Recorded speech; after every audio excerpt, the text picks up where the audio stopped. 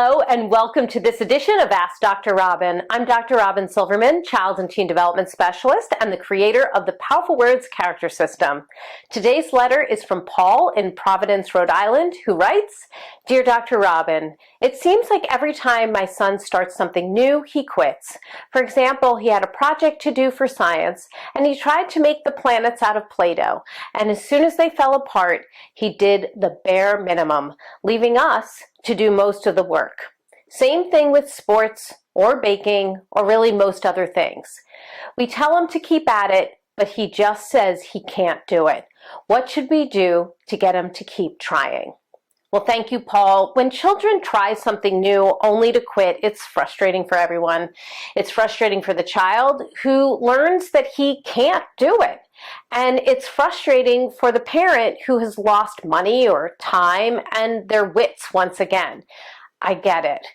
Confidence and competence are gained through experience by discovering that mastery is a long road. Failure is a stop on the way to success, and with persistence, we can achieve our goals.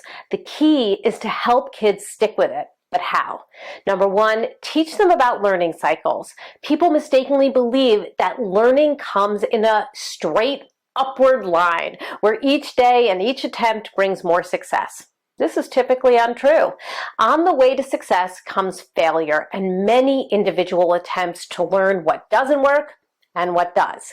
So when attempting to make the planets out of Play-Doh for your son's project, your son might have learned that wet, heavy Play-Doh doesn't work. Next attempt, try Play-Doh. Third attempt, use something lighter like styrofoam.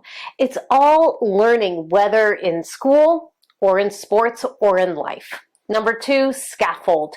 Don't take over. When your child is doing something challenging and gives up, it's so tempting to take over. This inadvertently sends the message that he's not capable. Instead, scaffold.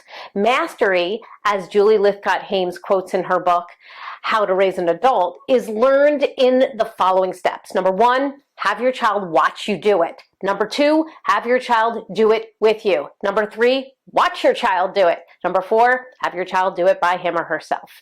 We don't want to set our child up for failure, but rather give the encouragement and help that they need. In the end, they can do it on their own. Number three, remember your child's best rather than perfection. We need to express to our children that the goal is not to be perfect, but to do our best. We want our children to be proud of the work that they put forth. Sometimes we mistakenly send the message that their best isn't good enough, so they lose steam. Encourage them by focusing on effort and what it took to get that job done. That's all for this edition of Ask Dr. Robyn. Please continue to send in your questions, and it may be featured in a future episode. In the meantime, please make it a very powerful month. Thank you, everyone.